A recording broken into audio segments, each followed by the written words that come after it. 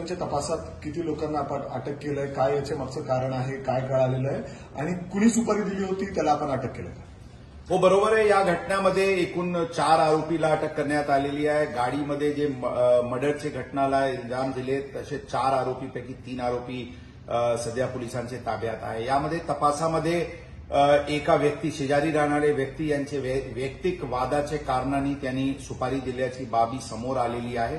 त्यांना पण अटक करण्यात आलेली आहे. या गुन्ह्यामध्ये 120B क्रिमिनल कॉन्स्पिरसीचे कलम वाढवण्यात आलेली आहे.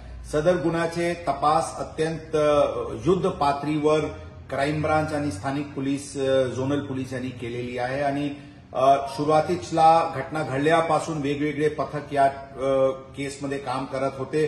अंदाजन प्रथमच दिवशी 450 लोकेशन्सचे अंदाजन सीसीटीव्ही फुटेजेसची तपासणी करून हे गाडी जे वापरण्यात आला होता ते गाडी शोधण्यात आला आणि त्याच्या अनुषंगाने हे आरोपीला काल पोलिसांनी ताब्यात घेतलेली आहे. तपास क्राईम ब्रांचकडे हस्तांतरित करण्यात आलेली आहे. ठोस पुरावा पोलीस गोळा करत आहे आणि यामध्ये जे सुपारी ज्या व्यक्तींनी 5 लाखाची दिली होती त्यांच्याबद्दल पण तपास सुरू आहे आणि आरोपीला सजा होईल या दृष्टिकोनातून पोलीस दल अत्यंत मेहनतीने काम करत आहे.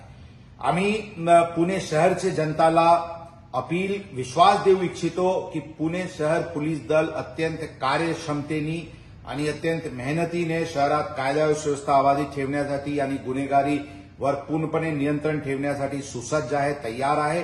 ही गुन्हा जरी अत्यंत गंभीर होती आणि अत्यंत संवेदनशीलताने पोलीस हे प्रकरण इमिजिएटली हाताळलेली आहे. ही गुन्हा आपल्याला लक्षात ठेवावा लागेल की हे प्रिव्हेंटेबल नव्हता. हे आज आपसी कारणांनी, वैयक्तिक वादामुळे हे देण्यात आलेली सुपारी आहे. या घटनाच्या अनुषंगाने पुणे शहर पोलीस दलांवर प्रश्नचिन्ह निर्माण करणारे लोक काही वैयक्तिक हितासाठी, वैयक्तिक कारणांनी जरी करत असतील, पुणेकर जनताला आम्ही विश्वास देऊ इच्छितो. पुणे शहर पोलीस दल आपल्या सोबत शहराला आणखी शांतप्रिय, शिस्तप्रिय करण्यासाठी पूर्णपणे सुसज्ज आहे आणि तयार आहे.